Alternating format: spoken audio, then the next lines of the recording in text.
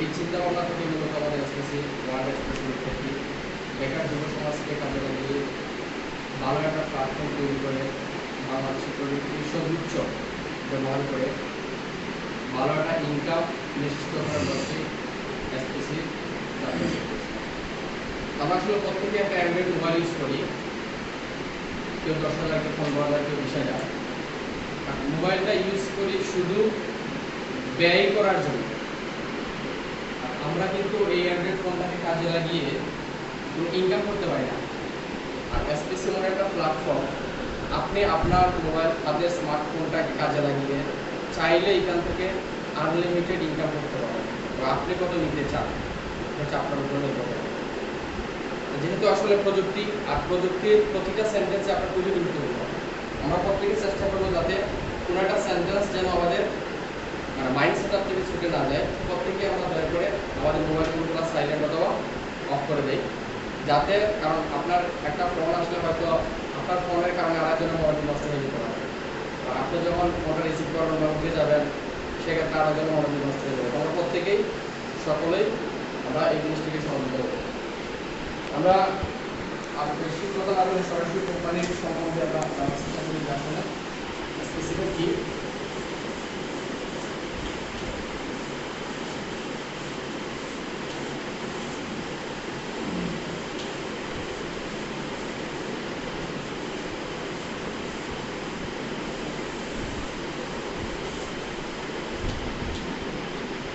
SPC যাত্রা শুরু করে আমরা 2019 সালের ডিসেম্বর 14 তারিখ থেকে আমাদের ফার্স্ট একটা ওয়েবসাইটের মাধ্যমে যাত্রা শুরু করে।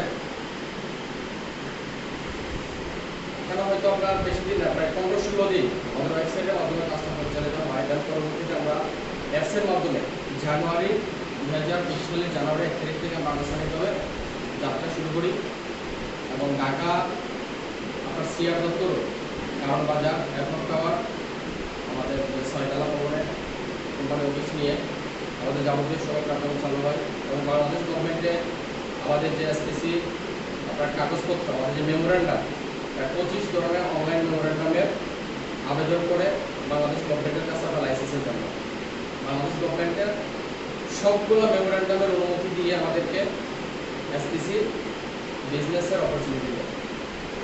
এরপর থেকে আমাদের সবচেয়ে অল্প সময়ে খুব দ্রুত সময়ে আমরা সরকারের কাছ থেকে সকল ধরনের যত ধরনের আপনার কাগজপত্র লাগে সকল ধরনের কাগজপত্র আমরা দ্রুত সময়ে কারণ আমরা কাজ করতেছি কি প্রযুক্তি নিয়ে।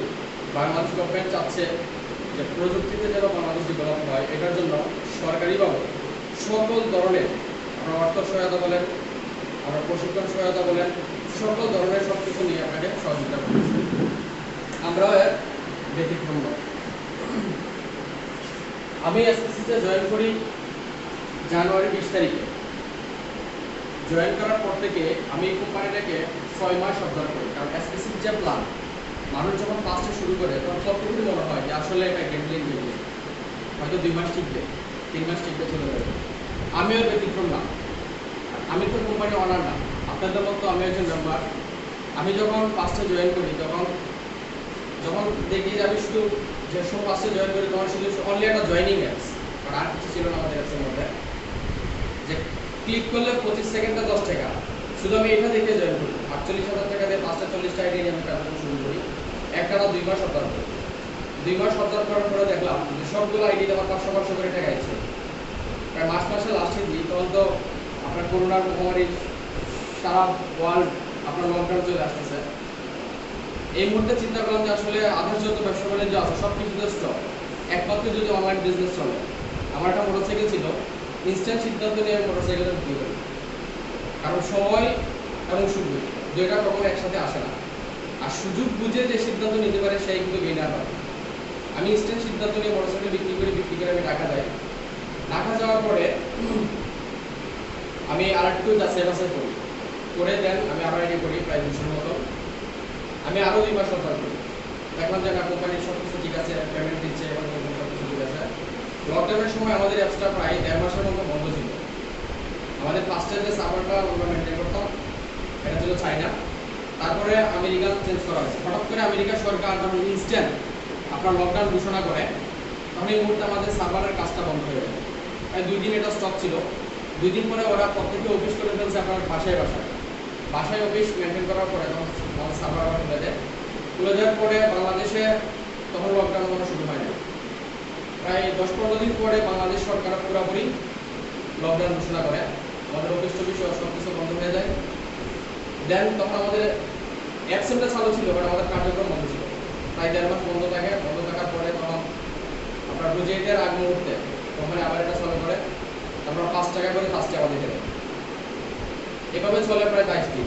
অনেক দিন চলার পরে আপনার আবার 10 টাকা করে জুন মাসের লাস্টের দিন, জুলাই মাস থেকে আমাদের 10 টাকা করে আবার কার্যক্রম চালু হয়।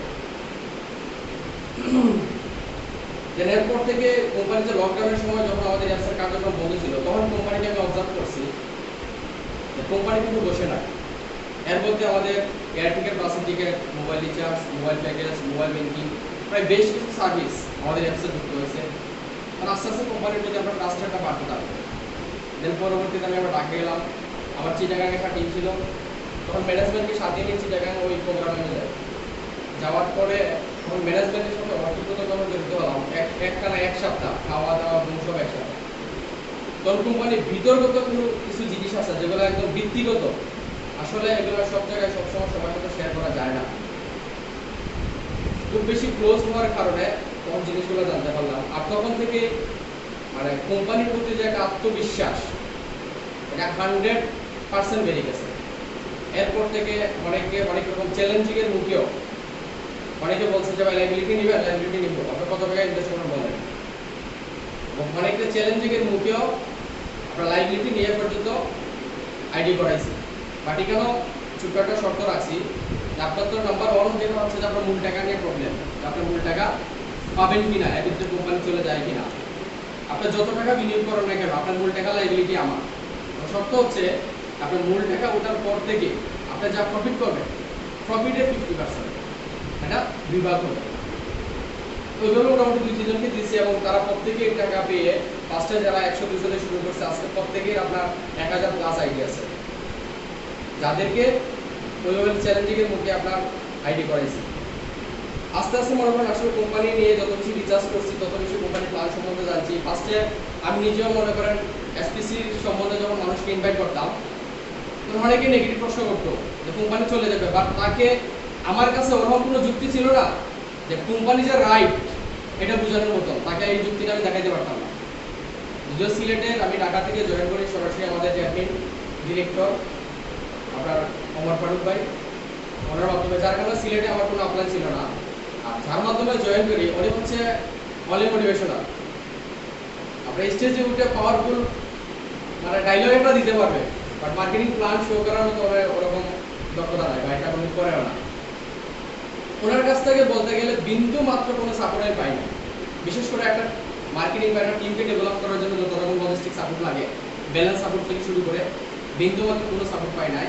আর আমার কাছে যখন মনে হয়েছে যে না, এসপিসি ইজ দ্য রাইট একটা প্ল্যাটফর্ম, যে আমাকে এখান থেকে কিছু করতে হবে, আমার উপরে কি আছে নিচে কি আছে আমার দেখার সুযোগ নাই। দেন তখন থেকে আমি এসপিসিকে জানার জন্য, মার্কেটিং প্ল্যান উপস্থাপন করার জন্য সর্বোচ্চ চেষ্টা করে গেছি। আজকে আপনাদের মধ্যে যে প্ল্যানটা আমি শুরু করবো, শুধু এসপিসি না, ইনশাল্লাহ মানে এসপিসিতে আমাদের মার্কেটিং ডিরেক্টর থেকে শুরু করে আমার মতন এরকম 100% ক্লিয়ার করে এখন পর্যন্ত কেউ প্ল্যান ওইভাবে শুরু করতে পারে না। এটা আসলে নিজেকে গর্ববোধ করি যে নিজের চেষ্টার কারণে আমার এই অর্জন। আমি প্ল্যান শো করার পরে আমি আপনাকে প্রশ্ন করবো যে ভাই আপনি বলেন কোম্পানি থাকবে না চলে যাবে, আপনি আমাকে প্রশ্ন করার কোনো সুযোগ থাকবে না যে কোম্পানি কতদিন থাকবে, সারা জীবন থাকবে কিনা। আপনি নিজেই প্ল্যানের মধ্যে সকল ধরনের আনসার পেয়ে যাবেন। আমরা ইনশাল্লাহ কোম্পানির প্ল্যানে চলে যাই। আমাদের কোম্পানির নাম হচ্ছে SPC world express limited. SPC meaning হচ্ছে সুপার পাওয়ার কমিউনিটি। আমরা শুধু বাংলাদেশে না, সারা ওয়ার্ল্ডের মানে 61টা দেশে আমাদের কার্যক্রম চলতেছে। আমরা একটা অ্যাপসের মাধ্যমে 25 ধরনের অনলাইন ক্যাটাগরি সার্ভিস প্রোভাইড করে থাকি। আমাদের কাজটা করা যায় দুইভাবে, একটা হচ্ছে সেলফ ওয়ার্ক আর একটা হচ্ছে টিম ওয়ার্ক। আমরা আগে টিম ওয়ার্কটা নিয়ে আলোচনা করি, তো সেলফ ওয়ার্কটা বুঝতে সহজ হবে।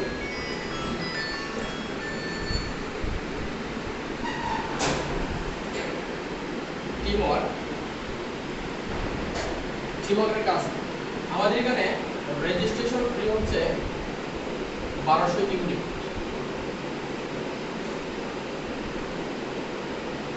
যা 1200 টাকার বিনিময়ে কনভার্ট করা হয়। বাংলাদেশ গভর্নমেন্টের রুল আছে যে আপনি যদি কোনো কোম্পানির ওয়েব পোর্টাল ইউজ করে ইনকাম করেন, তাহলে ওই কোম্পানি আপনার কাছ থেকে প্রতি বছর ইয়ারলি 1200 থেকে 1500 টাকা অ্যাকাউন্ট সার্ভিস চার্জ কভার দিতে পারবে। আমরা নিচ্ছি কত? 1200 টাকা একবার এবং লাইফ টাইমের জন্য। আপনাকে আমাদের এসপিসিতে প্রত্যেক বছর রিনিউ করতে হবে না। অনলাইন রেজিস্ট্রেশনের বিনিময়ে আপনি কি পাবেন? একটা ওয়ার্ক পাবেন। কোম্পানি প্রতিদিন আপনাকে 5টা ওয়ার্ক দিবে, আপনাকে কাজ করতে সময় লাগবে 5 + 25 সেকেন্ড। 25 সেকেন্ডে পাবেন 10 টাকা ডেইলি এবং এটা আনলিমিটেড।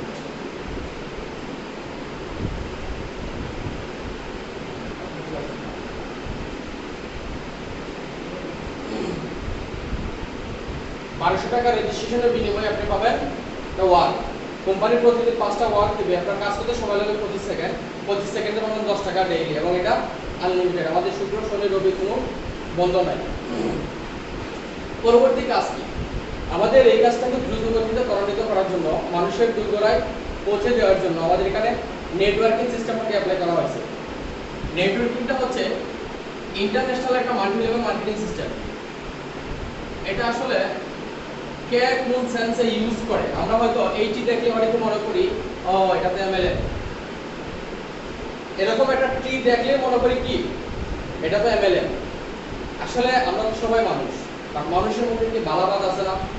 ধরি যে বন্দরবাজার বাড়িতে আজ পর্যন্ত কত আইসি আইটা গেছে, কারণ আজ পর্যন্ত এরকম কোন ঘটনা ঘটছে যে বন্দরবাজার বাড়িতে একটা ছেলেকে এরকম একজন আইসি হয়ে মারছে।